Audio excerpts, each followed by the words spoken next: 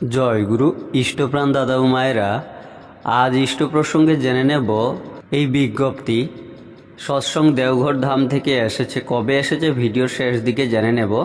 ভিডিওটি লাইক করে প্রচুর শেয়ার করবেন যাতে এই তথ্যগুলি সবাই জানতে পারেন।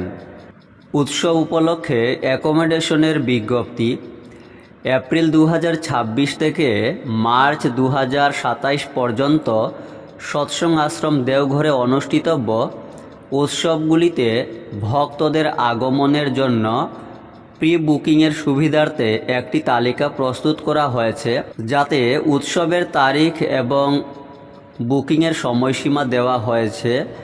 দেওঘরে বিভিন্ন উৎসবের জন্য আবাসনের অর্থাৎ থাকার জায়গা বুকিং শুরু হয়েছে এবং বিভিন্ন সময়ে তা শুরু হবে। কি তারিখে শুরু হবে বুকিং এবং কি উৎসব কি তারিখে রয়েছে বিস্তারিত এই ভিডিওতে।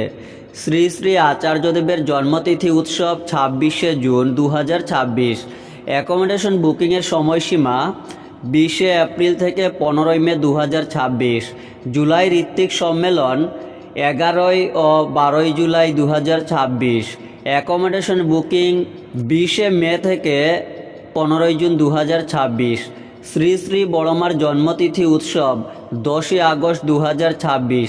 অ্যাকোমোডেশন বুকিংয়ের সময়সীমা 15ই জুন থেকে 30শে জুন 2026। আগমনী উৎসব 2রা সেপ্টেম্বর 2026।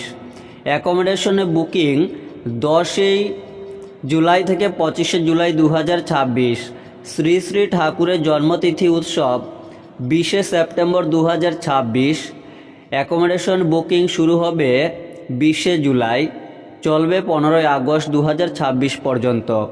শ্রী শ্রী ঠাকুরের জন্ম মহোৎসব তৎসহ অক্টোবর ঋত্বিক সম্মেলন 23শে ও 24শে অক্টোবর 2026। অ্যাকোমোডেশন বুকিংয়ের সময়সীমা 10ই সেপ্টেম্বর থেকে 25শে সেপ্টেম্বর 2026। শ্রী শ্রী বর্দার জন্মতিথি উৎসব 10ই ডিসেম্বর 2026। অ্যাকোমোডেশন বুকিংয়ের সময়সীমা 1 নভেম্বর থেকে 10ই নভেম্বর পর্যন্ত।